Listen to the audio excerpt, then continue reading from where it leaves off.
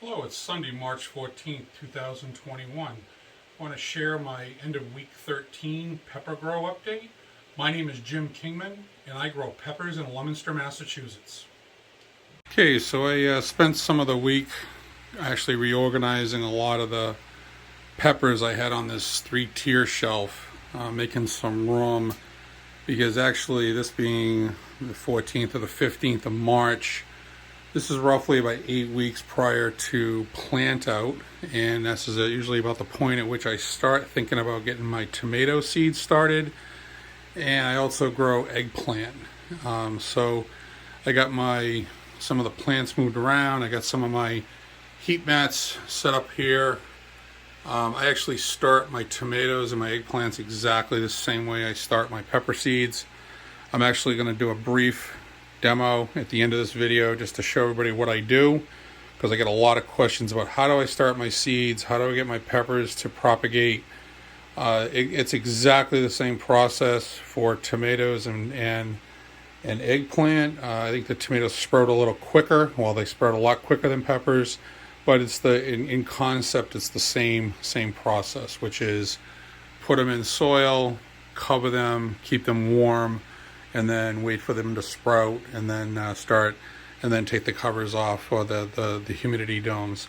And then what I will do is I will go ahead and start transitioning them up to larger pots as they start getting a little bigger, and get them ready for move outside. So there are a few peppers still left on this shelf. These are, again, like I said before, these on the left are my Carolina Reapers. I have an Ahi Chachamba, Kingstar Texas Chocolate Bonnet behind that. Some more Carolina Reapers here. And then here on the right is these daddles. They're called Pure Florida daddles. Again, I think I mentioned this before, but those are from seeds that Peter Stanley had sent to me. On this 2-tier shelf, these are some of the items that I had on the other shelf where the heat mats are now, to make room for that next phase. I shifted some of the anims I had up on the top shelf down below. I think I had mentioned these are, a lot of these are the Kingstar varieties, the ones that have the tie and the Linzo cross in them. There's a couple others I have in here. I think I have a Blue Christmas there in the back.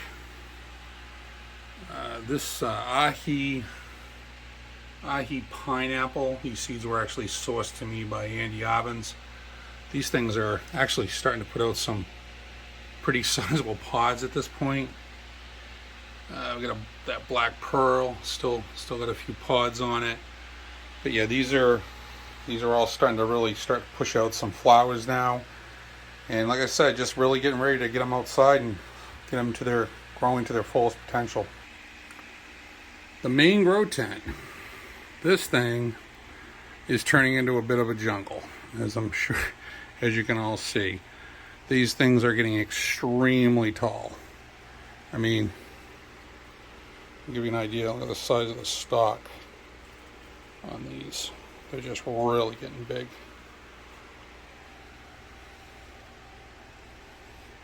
Not too much issue. Continue to see a little bit of the leaf curl. I think they're getting a little congested in here, trying to keep the air circulating, but you know, it's hard to keep every plant happy when they're in a tray, all water, getting the water it needs, each one needs. But I think for the most part, I'm not seeing any disease or any infestation of pest, which is, you know, it's a pretty good thing to be claiming it at this point in the game. So right now I'm just about 4 weeks before I start transitioning these out to the garage. The garage, I can open I can heat the garage. There's a door between the basement and the garage that I can open and actually keep it pretty decent temperature out there at night. These are going to start transitioning out there first. What I do is then I'll look for warm days and start opening the garage doors, start giving them a little bit of sunlight, and start getting them ready for the hardening process. But yeah, these are probably by far the largest I've ever been able to get peppers to grow inside. So I'm really hopeful that I'm going to see a decent harvest this year. And this is my last grow table. This is also demonstrating the fact as to how large these things can get inside.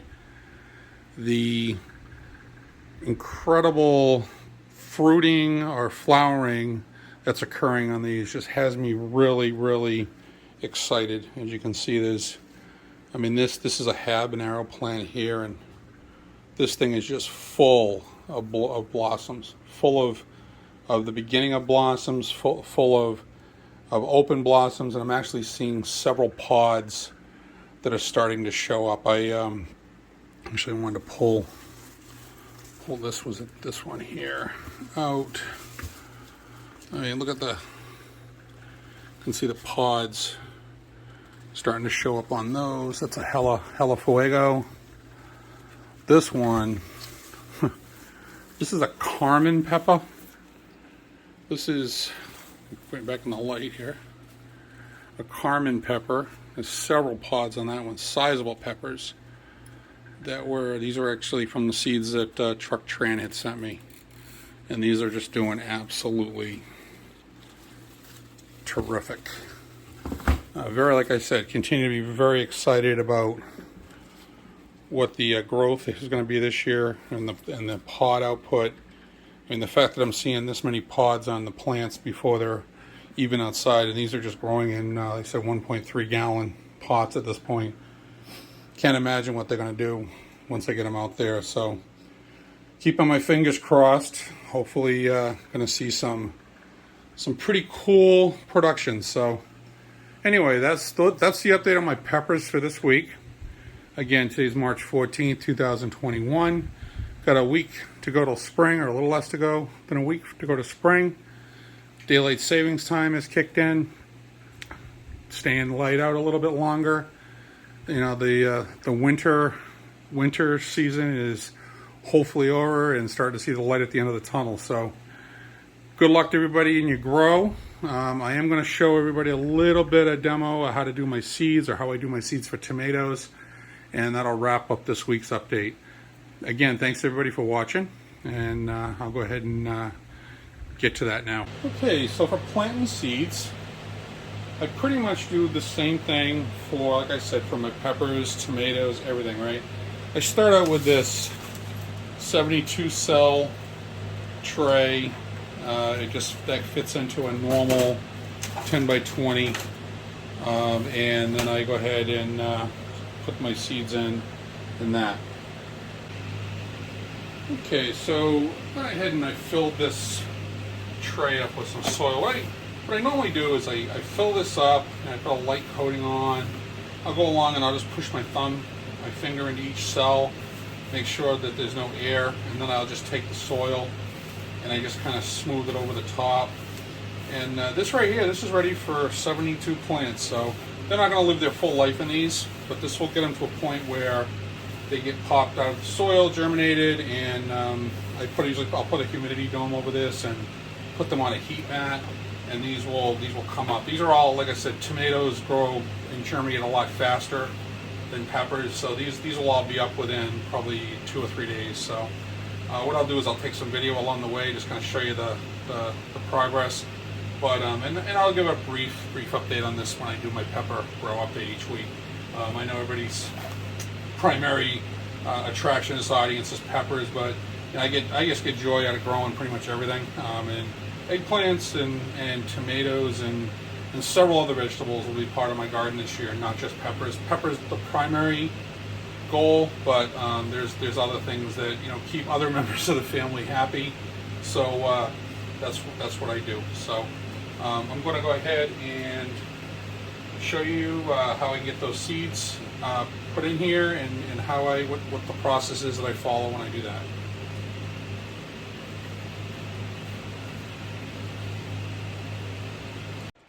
Okay, so I'm going to go ahead and just show you, these are eggplants, but pretty much the same seed planting process to get all my vegetables going. I like to use these. I like to put things in a paper plate. Just go ahead and dump those out in a plate, and you know, gives me something to work with. Also have huge fingers, so I'm a big tweezer guy. Everybody says I have a bit of a Boston accent, and it's funny. I saw a sign the other day. It said, "With the epidemic, we have to stay wicked far apart." I thought that was kind of funny.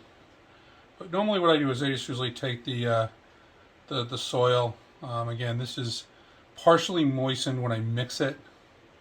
Just got a piece of plastic there from the tray, and just go down probably about maybe a quarter of an inch, maybe about a half an inch with these, but usually about a quarter of an inch down. You know, as I'm doing this, I usually just pull out any sticks that are in the way. But you know, and then I just go ahead and take the seeds, and for these I usually just put one seed per cell. You know, as you can see here, I usually do one row is each particular variety or each vegetable. I have several different tomatoes I'm growing this year, so I'm not going to get too crazy with the eggplants, but yeah, I want to make sure I have some good ones. So this gives me an opportunity to pick out the best ones and you know, weed out the ones that maybe just don't look quite as good to go. So I'll go ahead and get this tray filled up. I got other varieties, some tomatoes and so forth that I want to put in here, and I will come back and I'll show you what the next step is once I get the tray filled. All right, thank you. Okay, then once I get them in the dirt there, just lightly just brush the soil back over the top. Finesse is important. You don't want to start packing this thing down too much. Seeds don't like heavy soil compaction. They just don't do well in Germany with those. So that row is complete. I'll go ahead and get the rest of this tray filled in, and we'll come back and I'll show you the next steps. Okay, so I've gone ahead and I've got all the rest of the seeds put into this tray, and I'm just going to go ahead and show you what my next steps are here. So these are all been planted with tomatoes, and the first few rows are from here are actually eggplant, and the rest of these are all my tomatoes. Okay, so the next thing I'm going to do is I'm going to go ahead and just add a little bit of more fluid underneath the seedlings. Usually just fill this with a little bit of water, and I usually mix in a little bit of starter fertilizer. Many people are going to ask me what I use. It's usually I will use probably Miracle Grow starter formula. Mix it at half strength.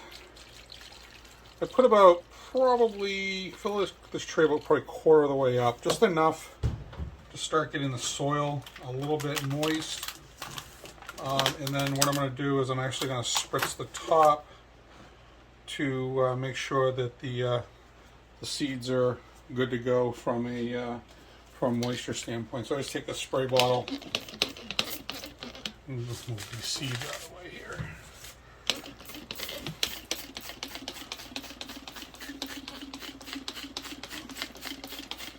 And just give them a nice light spray. Nothing crazy, nothing slopping wet, just enough to get the soil moistened. And then I'm going to put a humidity dome on, just making sure all the seeds are covered. And I think these look pretty good. All right. Okay, I've gone ahead and I've transferred this seed tray over to this heat mat.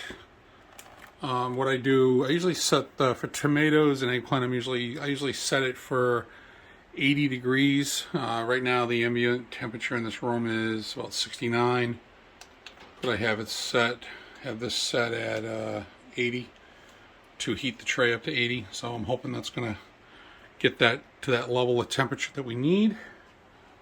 And then lastly, I'm just going to go ahead and put this humidity dome over the top, and that will do it. I'm going to leave that alone and probably check on those in probably 2 or 3 days. Probably see if I have anything sprouting.